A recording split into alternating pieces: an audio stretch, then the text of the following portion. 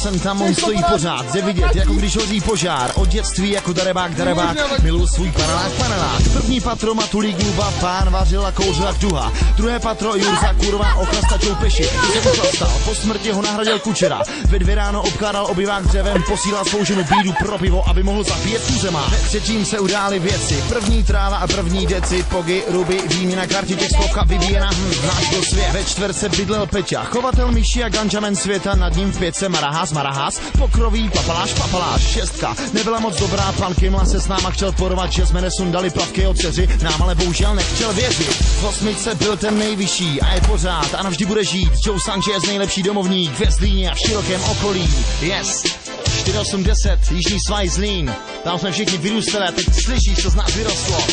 Díval jsem se do tváří kluku, který znám, který šlap